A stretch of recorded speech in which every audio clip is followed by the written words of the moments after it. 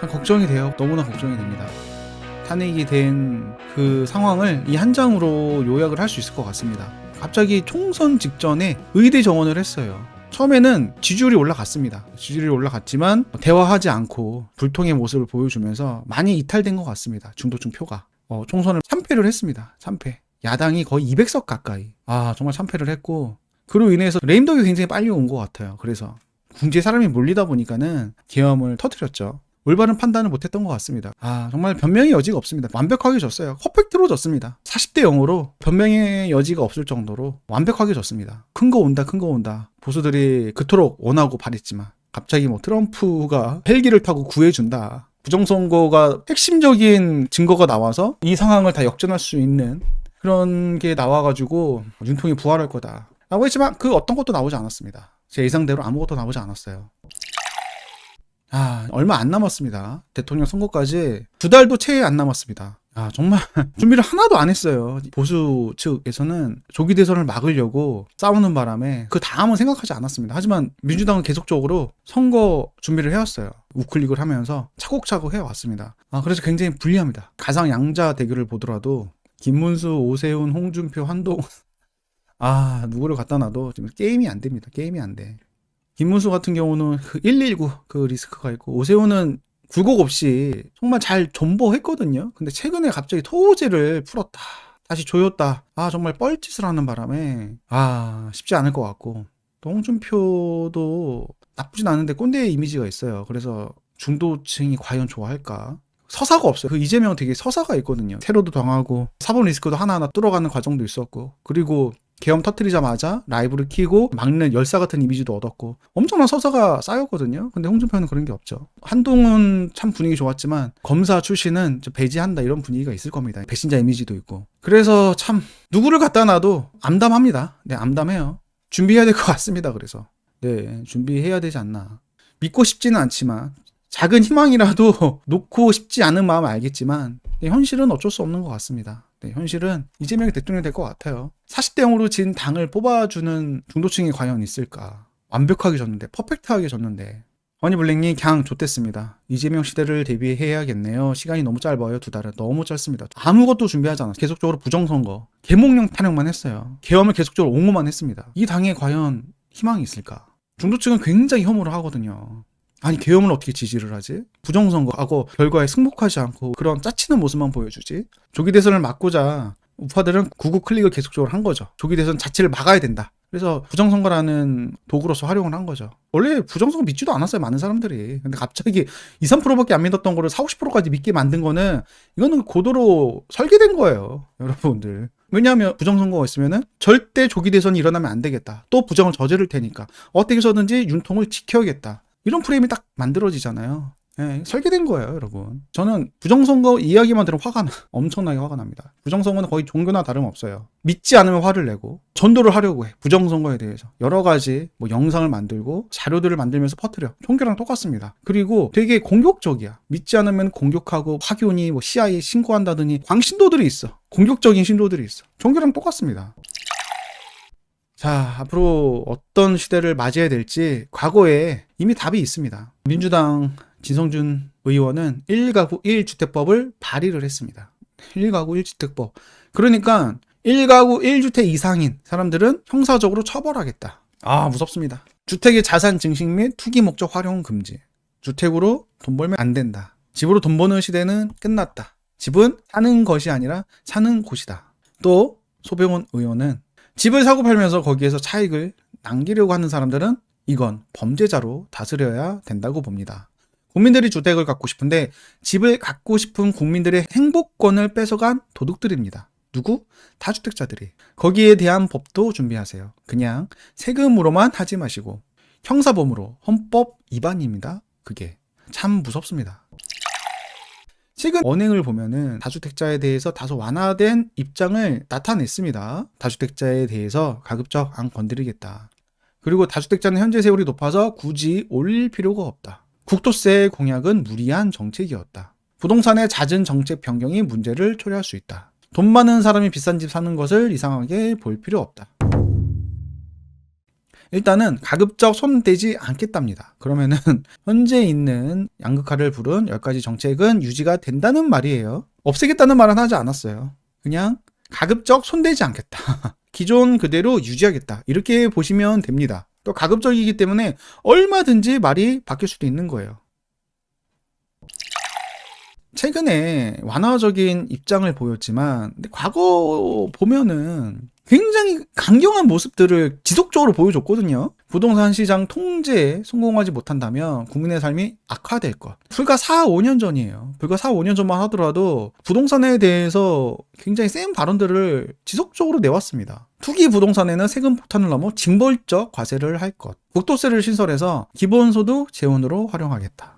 그리고 최근에 지난 3월 10일 민주당 민생 연석회의에서 부동산에 대해서 이렇게 방향성을 가지고 대하겠다. 어떻게? 보증보험을 집값의 6에서 70% 제한을 하겠다. 그러면 당연히 강제 역전세가 발생될 수밖에 없겠죠. 지금 90%거든요. 보증보험 가입하려면. 그런데 그거를 60에서 70% 강제하겠다. 보증보험 들어가려면 집값의 60%, 70% 전세가가 그렇게 나와야 돼. 그렇지 않으면 보증보험 가입이 안 돼. 그러면 집주인들은 당연히 전세가 60%, 70% 낮춰야겠죠. 보증보험 가입을 위해서. 낮출 수 없는 집주인들은 유동성 위기, 파산에 빠질 수도 있을 겁니다. 상급지는 상관이 없겠지만 보증보험이 절실한 그런 중하급지는 굉장히 큰 위험에 빠질 수도 있다.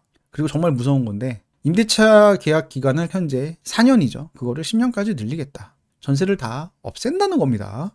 누가 10년 동안 전세를 올리지도 못하고 2년마다 5%는 올릴 수 있게 해주겠죠? 근데 이건 또 강제가 아니야. 갱신권을 사용하면 이 5%를 올려주지 않는다고 해도 내보낼 수가 없어요. 세입자가 나는 5% 올려주지 않을 건데요? 어떻게 할 수가 없어요, 진짜. 달리 방도가 없어요. 세입자가 무조건 이깁니다. 왜냐면 명도 대상이 아니니까. 갱신권 쓰는 사용자는 주거 안정을 보호해주는 약자이기 때문에 그 5%안 올려준다고 해도 내보낼 수가 없다니까. 전세가 사라지는 거죠. 10년 동안 누가 자선 사업을 하겠습니까? 전세 대출 DSR 적용. 전세 대출 안 해주겠다는 거예요. 지금처럼 뭐 DSR도 안 보면서 소득 안 보면서 전세가의 80%는 무조건 대출을 해줬거든요. 그런데 전세 대출도 소득을 보고 대출을 해주겠다. 그리고 보증금의 반에서 80%로 해주겠다. 월세 살라는 거죠. 서민들 보고. 그렇잖아요. 월세 살라는 겁니다. 자, 강제 역전세 발생시켜서 적배들 몽땅 파산시키고 전세도 없을 테니까 서민들은 월세 살라.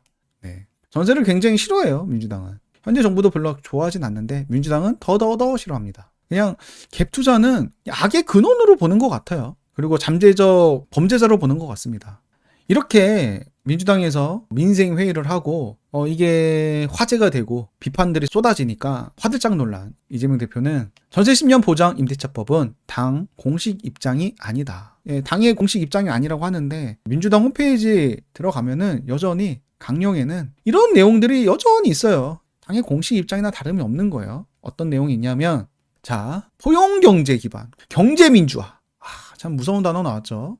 성장과 분배, 사람 중심 경제. 사람 중심 경제가 중산층과 서민의 소득 증대가 소비 확대, 내수 활성화, 양극화 해소로 이어지는 성장과 분배의 선순환 구조를 확립한다. 그러니까 지금의 대기업, 부자들, 엘리트의 경제 중심이 아니라 서민들이 중심으로 하는 그런 경제를 만들겠다.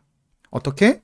공정임금, 임금을 올리고 차별과 편견 없이 누구나 일할 수 있는 그런 사회를 만들겠다. 유토피아를 만들겠다는 거죠. 돈이 많이 필요할 수밖에 없겠죠. 그 돈들은 어디서 나오냐? 조세정이 나왔습니다. 이 몽둥이로 두들기다 보면은 돈이 나올 수밖에 없다.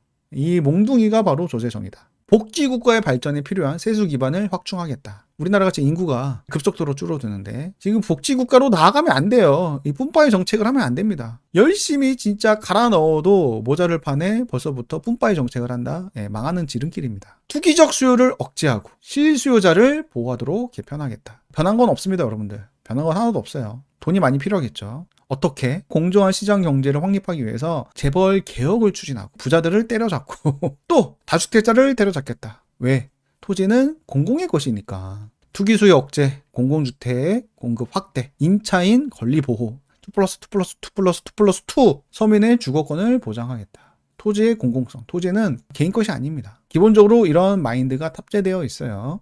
최근에 그 발의된 법안을 보더라도 그 내용들이 여실하게 보여주고 있어요. 민주당과 정의당과 조국혁신당이 합심해서 낸 발의입니다. 현재는 이게 처리하긴 했지만 왜냐면 조기 대선이 치러질 수 있으니까 일단은 한 발 뒤로 뺀 모습이지만 언제든지 나올 수가 있어요.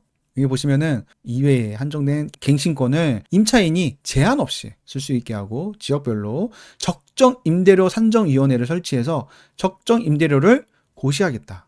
그러니까 정부에서 임대료를 정해준다 이 말이에요. 네, 표준 임대료를 정해주겠다. 이거 완전히 시장 경제를 무시한다는 거죠. 굉장히 무섭습니다. 발의자 10명 중에 5명이 민주당이에요. 민생 안정 대책 회의에서 보면은 당의 입장이 아니다라고 했지만 작년에도 얘기를 했다니까. 민주당은 전세가를 70% 강제하겠다고. 그리고 무제한 갱신권 쓰겠다고. 근데 어떻게 당의 공식 입장이 아닙니까?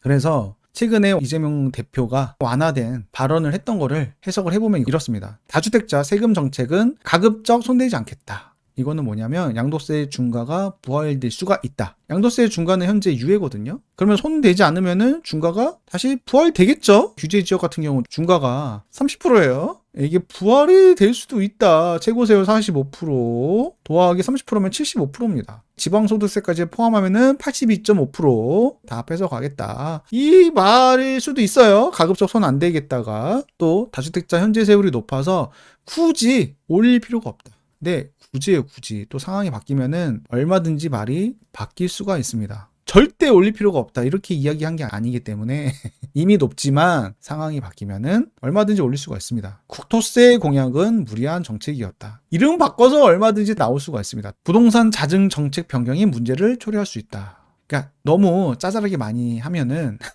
문제를 초래할 수 있으니까 많이 오른다? 그러면은 한 방에 짜잘짜잘하게 핀셋 규제가 아니라 한 방에 강력한 규제가 쏟아질 수 있다. 예, 예전에는 28번의 규제를 쏟아냈지만 그렇게 하지 않고 굵고 짧게 할 수가 있다. 이렇게 해석을 하시면 될 것 같습니다.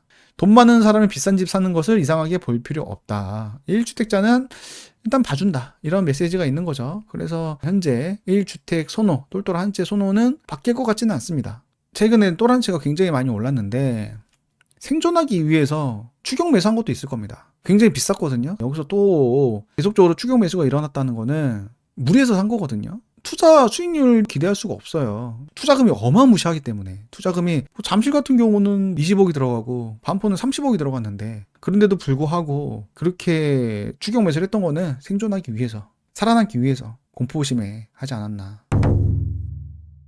자, 다주택자 규제 완화는 하지 않는 거예요. 그러면 공급이 굉장히 어려워지겠죠. 공급이 어려우면 집값이 계속 올라갈 겁니다. 매매랑 전세랑 월세랑 다 오르면 주거가 불안정해지겠죠. 그러면 그 다음에 올 수수는 다주택자 규제를 풀어서 공급을 확대하겠다? 그런 일은 절대 일어나지 않습니다. 현재 정부도 그걸 못했어요. 임대차법 강화를 할 겁니다. 이거는 정해진 미래인 것 같습니다. 서민들이 집을 못 사니까, 그리고 임대료가 자꾸 올라가니까 강제적으로 서민 주거 불안을 해소하기 위해서 임대차법 강화를 할 수밖에 없다. 지난 정부에서 이렇게 말을 했어요. 무제한으로 살 수 있는 거야. 기한 없이 임대차 계약이 일반적이라고 이런 식으로 홍보를 했거든요. 지난 정부에서. 독일 같은 경우는 이렇게 거주 기간이 무제한이다. 프랑스도 마찬가지다. 취득세 12%딱 도입을 하면서 많은 비판들이 있었지만 아니다. 싱가포르도 다주택자는 12% 규제를 때리고 있다. 이게 일반적이지 않다라는 그 비판은 수용할 수가 없다. 다른 나라도 이렇게 하고 있잖아. 입장을 밝혀왔거든요.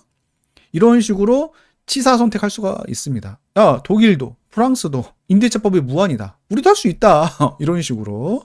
근데 싱가포르 같은 경우는 보유세도 우리보다 낮고 양도세도 우리보다 낮습니다. 양도세가 끼키야 최고세율이 12%예요. 우리나라는 최고세율이 45%, 중과 30% 하면은 75%. 그러니까 우리나라 취득세, 보유세, 양도세는 세계 최고입니다. 치사 선택하는 거죠. 그래서 임대차법도 마찬가지로 이렇게 될 수가 있습니다. 무서운 게 이게 거대 여당이 탄생하는, 우리가 기억하고 있잖아요. 710 대책 딱 나왔을 때 이때 180석 2020년에 가져가면서 710 대책이 나온 거예요. 취득세 12% 올리고 그리고 새 임대차법이 나오고 180석 딱 나오자마자 이게 나온 거예요. 이게 그래서 되게 무서운 거죠. 견제할 수 있는 게 없습니다. 예전에는 대통령 거부권이라도 있었는데 이제 없어요. 여기서 막 이제 남발하면 거부권 행사할 수도 없잖아요, 이제. 참으로 무섭다. 폭주를 지켜보게 될 것 같습니다. 누구도 견제할 수가 없는데 자기네들이 하고 싶은 거 다 하겠죠. 초반 1, 2년 가장 권력이 쓸 때 다 쏟아낼 겁니다. 총선하려면 멀었고 대통령 선거는 뭐 또 다시 5년 뒤고 다 쏟아내겠죠. 가령 뭐 이런 거 1가구 1주택법 나오면 큰일 나겠지만 네, 보유세는 올릴 거예요. 지금 지방 균형 발전을 위해서면 지방 교부세가 필요할 거라 생각을 할 거예요. 지방 교부세는 종부세에서 나와요. 근데 지방이 지금 무너지고 있잖아요. 그럼 어떻게 생각을 하겠습니까? 아, 종부세를 올려야 되는 거 아니야? 이렇게 생각하지 않겠습니까? 균형 발전해야 되지. 지방의 세수가 줄어들고 있지. 그러면은 아, 종부세를 올려야겠네. 뭐 이렇게 나오지 않겠습니까? 결론은 대비하자. 선량한 실수요자로 둔갑하자. 이게 결론인 것 같습니다. 다주택자분들은